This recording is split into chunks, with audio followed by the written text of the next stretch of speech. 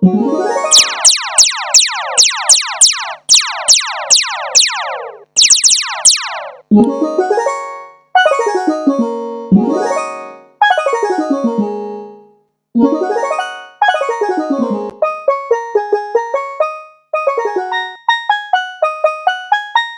ప్రభువు మన రక్షకుడు అయిన యేసుక్రీస్తు నామములో మీ అందరికీ మరొక పర్యాయము ప్రత్యేకమైన వందనాలు తెలియజేస్తూ ఉన్నాను. నేను చెప్తూ ఉండేవాడిని, ఎవరు వాక్యం అందించాలన్నా అది ప్రభువు చిత్తమైనప్పుడే, అది సమయము దేవుడు వారికి ఇచ్చేటప్పుడే మరి దేవుడు వారిని వాడుకుంటాడు. ఈ సమయంలో మన మధ్యలో ఉన్నటువంటి దైవ సేవకురాలు శృతి జయరాజ్ గారు వచ్చి దేవుని వాక్యాన్ని అందించవలసిందిగా ప్రభు పేరట కోరుతూ ఉన్నానండి.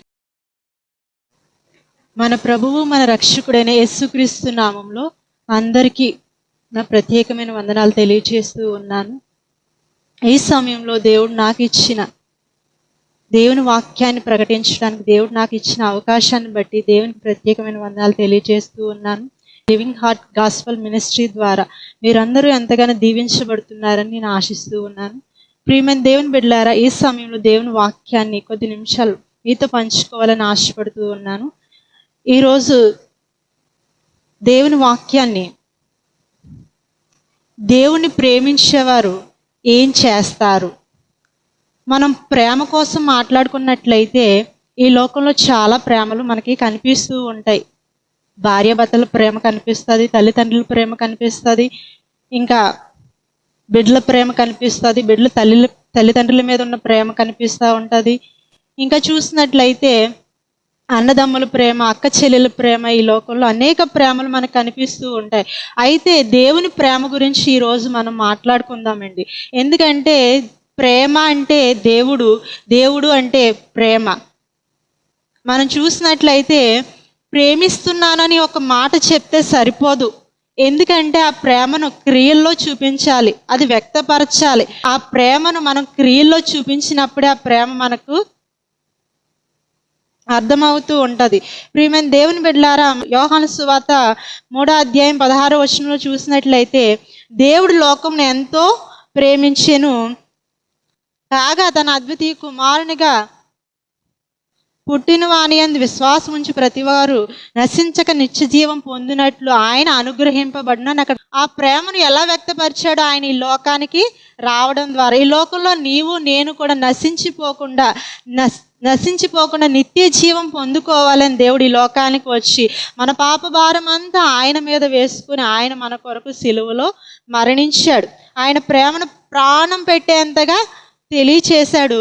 మరి ఈరోజు నీవు దేవుణ్ణి ప్రేమిస్తున్నానని చెప్తే సరిపోదు, కానీ ఆ ప్రేమను క్రియల్లో చూపించాలి. మనం క్రియల్లో చూపించాలంటే దేవుణ్ణి ప్రేమించినప్పుడు దేవుని కొరకు నువ్వు ఏం చేస్తున్నావు అని మనం చూసినట్లయితే కీర్తన గ్రంథము 97:10 మనం చూసినట్లయితే 97:10 మనం చూసినట్లయితే యెహోవాను ప్రేమించు వార్లారా చెడుతనమును అసహించుకొనుడి. ఇక్కడ చూసినట్లయితే దేవుణ్ణి ప్రేమించు వారు ఏం చేస్తారంట? చెడుతనాన్ని అసహించుకుంటారు. మనం చెడుని అసహించుకోవాలని దేవుని వాక్యం తెలియచేస్తూ ఉంది. ఎందుకు దేవుడు చెడుతనాన్ని అసహించుకోవాలని చెప్తున్నాడు? దేవుడిలో చెడుతనం అనేది లేదు, ఆయనలో చెడ్డ కార్యాలు అనేది లేదు. మనం చూసినట్లయితే యేసు ప్రభు ఈ లోకానికి వచ్చినప్పుడు ఈ లోకంలో జీవించినంత కాలం కూడా ఎటువంటి పాపం లేనివాడిగా జీవించాడు. ఆ చివరి సిలువ మరణం వచ్చినప్పుడు కూడా అక్కడ పిలాతు కూడా నేను ఈయనలో ఎటువంటి పాపము కనుగొనలేదు అని ఆయన చేతులు కడుక్కొని ఆయన్ని ప్రజలకి అప్పగించాడండి. మరి ఆయనలో చెడుతనం లేదు, ఆయనలో పాపం లేనప్పుడు ఆయన బిడ్డలమైన నీవు నేను కూడా ఎటువంటి చెడుతనం లేని వారిగా ఉండాలని దేవుడు కోరుకుంటూ ఉన్నాడు. అందుకనే దేవుణ్ణి ప్రేమించేవారు చెడుతనాన్ని అసహించుకోవాలి. నువ్వు చెడుతనాన్ని అసహించుకోవాలంటే ఏం చేయాలి? మనం సామెతల గ్రంథం చూసినట్లయితే సామెతల గ్రంథంలో ఒక మాట రాయబడుతూ ఉంది. 8వ అధ్యాయము 13వ వచనం చూసినట్లయితే యెహోవాయందు భయభక్తులు కలిగి ఉండుట చెడుతనం నస్సహించుకొనుట. మనం దేవుని యందు భయభక్తులు కలిగి ఉంటే మనం చెడుతనాన్ని అసహించుకుంటామంటే అండి. చెడుతనం, దేవుని యందు భయం భక్తి నీకుంటే, నీకు భయం ఉందంటే నువ్వు పాపము చేయవు. నీకు భక్తి ఉందంటే నువ్వు ప్రార్థన మానవు. నువ్వు ప్రార్థన చేయడం, దేవుని యందు భయభక్తులు కలిగి నీవు జీవించినట్లయితే చెడుతనాన్ని నీవు అసహించుకునేవారిగానే నువ్వు జీవిస్తావని దేవుని వాక్యము తెలియచేస్తూ ఉంది. మనం ఇంకా బైబిల్ గ్రంథంలో అనేక మంది భక్తులు చూసినట్లయితే, నేను అందరి కోసం చెప్పను కానీ మన అబ్రహాం జీవితాన్ని చూసినట్లయితే, ఆయన యోసేపు జీవితాన్ని చూసినట్లయితే యోసేపులో ఎటువంటి పాపము లేదు. దేవుని యందు భయభక్తులు కలిగిన వ్యక్తిగా జీవించాడు. ఆయన అమ్మబడ్డాడు. ఐగుప్తు దేశానికి అమ్మబడినప్పుడు ఆ వ్యక్తి, ఆ పోతీఫర్ భార్య తనతో పాపం చేయమని అడిగినప్పుడు, దేవుడు నన్ను చూస్తున్నాడు, ఇక్కడ నీవు నేనే ఉన్నాం కానీ పైన ఉన్న దేవుడు నన్ను చూస్తున్నాడు కాబట్టి నేను ఈ పాపం చేయనని పాపానికి దూరంగా పారిపోయిన వ్యక్తిగా కనిపిస్తూ ఉన్నాడు. మరి ఈరోజు నీవు నేను కూడా దేవుని యందు భయభక్తులు కలిగి ఉన్నామని చెప్పడమే కాదు, పాపానికి దూరంగా పారిపోయే వ్యక్తులుగా నీవు జీవించాలని దేవుడు ఆశపడుతూ ఉన్నాడు. అందుకనే దేవుని యందు నీవు భయభక్తులు కలిగి ఉంటే చెడుతనాన్ని అసహించుకునే వ్యక్తిగా నీవు ఉంటావు. అందుకనే యోసేపు జీవితం దేవుని యందు భయభక్తులు కలిగి చెడుతనాన్ని అసహించుకున్నాడు కాబట్టి అక్కడ పాపం చేయకుండా పారిపోయినప్పుడు ఎన్నో శ్రమలు వచ్చినాయి, ఎన్నో ఇబ్బందులు వచ్చినాయి, ఎన్నో కష్టాలు వచ్చినాయి, చెరసాల్లో వేయబడ్డాడు. అయినప్పటికీ దేవుని యందు భయభక్తులు కలిగి పాపాన్ని అసహించుకున్నాడు కాబట్టి తన ఆ దేశానికి ప్రధానమంత్రిగా దేవుడు చేశాడండి. మరి ఈరోజు నీవు నేను కూడా దేవుని యందు భయభక్తులు కలిగి ఆయన ప్రేమించిన వారిగా ఉండి ఆ చెడుతనాన్ని అసహించుకునే వారిగా ఉండాలని దేవుడు కోరుకుంటూ ఉన్నాడు. ఇంకా మనం చూసినట్లయితే నిజంగా నువ్వు దేవుణ్ణి ప్రేమించినట్లయితే మొట్టమొదటిగా నువ్వు చెడుతనాన్ని అసహించుకుంటావు. మనం ఈ లోకంలో చూసినట్లయితే చాలా కొటేషన్లు కనిపిస్తూ ఉంటాయి. మన స్కూల్లో గట్రా చూసినట్లయితే ఒక కొటేషన్ కనిపిస్తూ ఉంటుంది, చెడు చూడకు, చెడు మాట్లాడకు, చెడు వినకు. అక్కడ బొమ్మలు కూడా వేసి ఉంటాయి, ఒక కోతులు వేసి ఉంటాయి. ఒక కోతి కళ్ళు మూసుకుంటుంది, ఒక కోతి చెవులు మూసుకుంటుంది, ఒక కోతి నోరు మూసుకుంటుంది. దానికి అర్థం ఏంటి? చెడును నువ్వు చూడకు, చెడును మాట్లాడకు, చెడును నీవు వినకు అని అక్కడ అర్థం మనకి ఇస్తూ ఉంది. మరి ఈరోజు నీవు నేను కూడా దేవుని ప్రేమిస్తున్నామని చెప్పి చెడుతనాన్ని విసర్జించేవారిగా, చెడుతనాన్ని అసహించుకునేవారిగా, దాన్ని చూసేవారిగా కాకుండా, దాన్ని వినేవారిగా కాకుండా, దాన్ని మాట్లాడేవారు కాకుండా ఉండాలని దేవుడు కోరుకుంటూ ఉన్నాడు. మరి దేవుణ్ణి ప్రేమించినట్లయితే నీవు చెడుతనాన్ని అసహించుకునే వారిగా ఉంటావు. రెండవదిగా చూసినట్లయితే దేవుని ప్రేమించేవారు దేవుని కొరకు ఏం చేస్తారో చూద్దామండి. యోహాను సువార్త 14వ అధ్యాయము 15వ వచనంలో మనం చూసినట్లయితే, మీరు నన్ను ప్రేమించిన ఎడల నా ఆజ్ఞలను గైకొందురు. ఇక్కడ చూసినట్లయితే దేవుని ప్రేమించేవారంట దేవుని ఆజ్ఞలను గైకొంటారు, అంటే దేవుని మాటను వింటారు, దేవుడు ఏం చెప్తే అది చేస్తారు. ఆ రీతిగా ఉన్నవారు దేవుణ్ణి ప్రేమించేవారిగా ఉంటారు. మనం బైబిల్ గ్రంథంలో చూసినట్లయితే పాత నిబంధనలో ఆదికాండం 12వ అధ్యాయం 1వ వచనంలో చూసినట్లయితే అబ్రహాం జీవితాన్ని చూసినట్లయితే అబ్రహాంను దేవుడు పిలిచాడు. అక్కడ చూసినట్లయితే 12వ అధ్యాయం 1వ వచనంలో, యెహోవా నీవు లేచి నీ దేశము నుండి, బంధువుల యొద్ద నుండి, నీ తండ్రి ఇంట నుండి బయలుదేరి నేను నీకు చూపించు దేశమునకు వెళ్ళుము. ఇక్కడ దేవుడు పిలిచాడండి అబ్రహామును. పిలిచినప్పుడు దేవుడు పిలిచాడు కదా అనేసి వెళ్ళకుండా ఉండలేదు.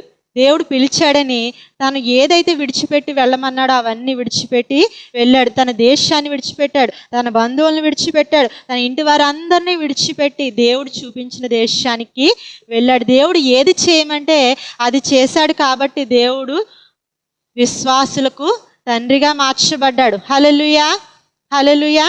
ప్రియమైన దేవుని బిడ్డలారా, మనం కూడా దేవుని మాట వినేవారిగా ఉండాలి. దేవుని మాట వినినప్పుడు అబ్రహాము జీవితం మార్చబడింది, ఆశీర్వాదకరంగా దీవెనకరంగా మార్చబడింది. అబ్రహాము అనేక మందికి విశ్వాసులకు తండ్రిగా మార్చబడ్డాడు, దేవునికి స్నేహితుడుగా మార్చబడ్డాడు. దేవునితో ముఖాముఖిగా మాట్లాడినట్లుగా దేవుని వాక్యము తెలియచేస్తూ ఉంది. మరి నీవు నేను కూడా దేవుని ప్రేమించినప్పుడు దేవుని ఆజ్ఞలను గైకొనేవారిగా, దేవుని మాటను వినేవారిగా నీవు నేను ఉండినట్లయితే దేవుడిచ్చే ఆశీర్వాదాలను మనం కూడా పొందుకుంటాం. మూడవదిగా చూసినట్లయితే దేవుని ప్రేమించేవారు యోహాను సువార్త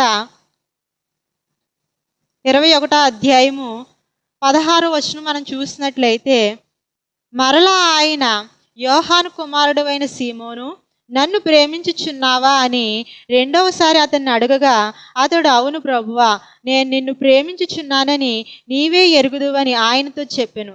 ఆయన, నా గొర్రెలను కాయుము. ఇక్కడ చూసినట్లయితే పేతురు గారిని పిలిచి పేతురు గారితో దేవుడు మాట్లాడుతున్నాడు. నువ్వు నన్ను ప్రేమిస్తున్నావా పేతురు అని అడుగుతున్నాడు. అడిగినప్పుడు పేతురు గారు, నేను ప్రేమిస్తున్నాను ప్రభువా అని చెప్తున్నాడు. ప్రేమిస్తున్నావా? అయితే నా గొర్రెలను కాయు, అంటే నా పని నువ్వు చెయ్యి అనేసి అక్కడ పేతురు గారితో చెప్పినట్లుగా మనకు కనిపిస్తూ ఉంది. ఆయన ప్రేమించేవారు ఏం చేయాలని ఆశపడుతున్నాడండి? ఆయన పని చేయాలని. ఆయన ఎవరినైతే ప్రేమిస్తాడో వారిని దేవుడు ఏర్పాటు చేసుకుని ఆయన సేవ నిమిత్తం ఆయన కొరకు ఆయన వాడుకుంటాడండి. హల్లెలూయా, హల్లెలూయా. ప్రియమైన దేవుని బిడ్డలారా, నీవు నేను కూడా ఆయన ప్రేమించినట్లయితే ఆయన అప్పగించిన పనిలో నమ్మకంగా ఆయన కొరకు పని చేసేవారిగా ఉండాలి. ఒక్కొక్కరికి ఒక్కొక్క పని అప్పగిస్తూ ఉంటాడు. ఒకరికి దేవుని వాక్యాన్ని ప్రకటించడానికి, ఒకరికి దేవుని సన్నిధిలో ఏదో ఒక పరిచర్య చేయడానికి, లేకపోతే వంటలు చేయడానికి, లేకపోతే దేవునికి ఇవ్వడానికి, ఇంకా అనేక రకాలుగా ఒక్కొక్కరికి ఒక పనిని అప్పగించినప్పుడు ఆ పనిలో వారు నమ్మకంగా దేవుని కొరకు పనిచేసినప్పుడు దేవుడు ఇచ్చే ఆశీర్వాదాలను మనం పొందుకుంటాం. ఇక్కడ పేతురు గారిని పిలుచుకుని దేవుడు ఆ రీతిగానే ఆయన పనిని అప్పగించాడు. ఆయన కూడా పేతురు గారు రోషం కలిగి పని చేశాడండి. ఆయన విద్య లేని పామరుడు అయినప్పటికీ కూడా దేవుని కొరకు పని చేసినప్పుడు దేవుడు గొప్పగా వాడుకున్నట్లుగా దేవుని వాక్యము తెలియచేస్తూ ఉంది. ఈరోజు నీవు నేను కూడా నేను దేవునికి ఉపయోగపడతానా, దేవుని పని చేయగలుగుతానా అని నువ్వు అనుకుంటున్నావేమో. దేవుడు ఎలాంటి వారినైనా దేవుడు వాడుకోగలడండి. దేవుడు వాడుకుంటాడు. కాబట్టి మీరందరూ కూడా దేవుని పనిలో మనం ఆయన అప్పగించిన పనిలో నమ్మకంగా మనం ముందుకు వెళ్ళినట్లయితే దేవుడిచ్చే ఆశీర్వాదాలను మనం పొందుకునే వారిగా ఉంటామండి. మనం చూసినట్లయితే ప్రియమైన దేవుని బిడ్డలారా, మనం ఆయన ప్రేమిస్తే ఆయన కొరకు ఏం చేస్తామండి? మొట్టమొదటిగా చెడుతనాన్ని అసహించుకునే వారిగా ఉంటాం. రెండవదిగా చూసినట్లయితే ఆయన ఆజ్ఞలను, అంటే ఆయన మాటను వినేవారిగా ఉంటాము. మూడవదిగా ఆయన పని చేసేవారిగా ఉంటామని దేవుని వాక్యం తెలియచేస్తుంది. ప్రియమైన దేవుని బిడ్డలారా, నిజంగా నువ్వు దేవుని ప్రేమిస్తే ఈ మూడు చేయాలని దేవుడు ఆశపడుతున్నాడు. ఈ మూడు చేసి దేవుని యొక్క దీవెనలు ఆశీర్వాదాలు పొందుకోవాలని దేవుడి చిన్న వాక్యాన్ని దీవించును గాక. ఆమేన్. అందరం ప్రార్థన చేసుకుందామండి. మమ్మల్ని మిక్కులుగా ప్రేమిస్తున్న ప్రియ పరలోక తండ్రి, నీ ఘనమైన నామానికి వందనాలు, స్తోత్రాలు చెల్లిస్తున్నాను ప్రభువా. తండ్రి, ఈ సమయంలో ప్రభువా నీ వాక్యాన్ని అందించడానికి నువ్వు ఎంతగానో కృప చూపించు. అందుని బట్టి నీకు స్తోత్రాలు ప్రభువా. అయ్యా ప్రభువానైనా నిన్ను ప్రేమించేవారు ఏం చేస్తారో ఈరోజు నీ వాక్యం ద్వారా మాతో మాట్లాడవు ప్రభువా.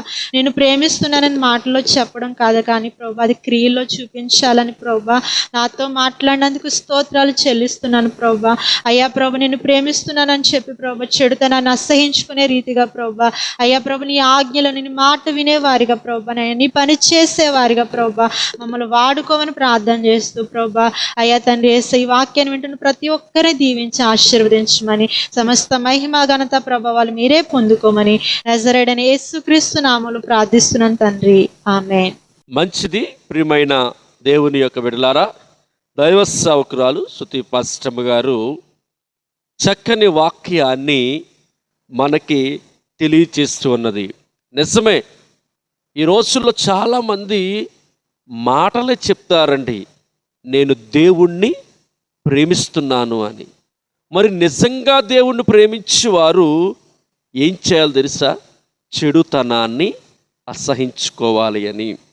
దేవుడు చెప్పిన ప్రతి ఆజ్ఞను కూడా గైకొని ముందుకు నడవాలి అని. మూడవది చూస్తే ఆయన గొర్రెలను మేపాలి, అంటే ఆయన అప్పగించిన పనిని జాగ్రత్తగా చెయ్యాలి అని చక్కగా ఈ రోజు నుంచి ఎవరైనా గుండు మీద చెయ్యి వేసుకొని సేవకులైనా విశ్వాసులైనా ఎవరైనప్పటికీ, అయ్యా ఇదిగో నేను దేవుణ్ణి ప్రేమిస్తున్నానంటే ఈ 3 లక్షణాలు నీలో ఉన్నప్పుడు మాత్రమే నీవు దేవుణ్ణి ప్రేమిస్తున్నాను అనే మాటను నువ్వు చెప్పాలి. నిజంగా చక్కని వాక్యాన్ని మరి ప్రతి స్త్రీ కూడా దేవుణ్ణి ప్రేమించే రీతిగా ఉండాలి అని చక్కని వాక్యాన్ని అందించినటువంటి దైవ సేవకురాలకి పరిచర్య తరపు నుంచి ప్రత్యేకమైన వందనాలు తెలియజేస్తున్నాను. దేవుడు వారి కుటుంబాన్ని దేవుడు దీవించును గాక. ఆమేన్.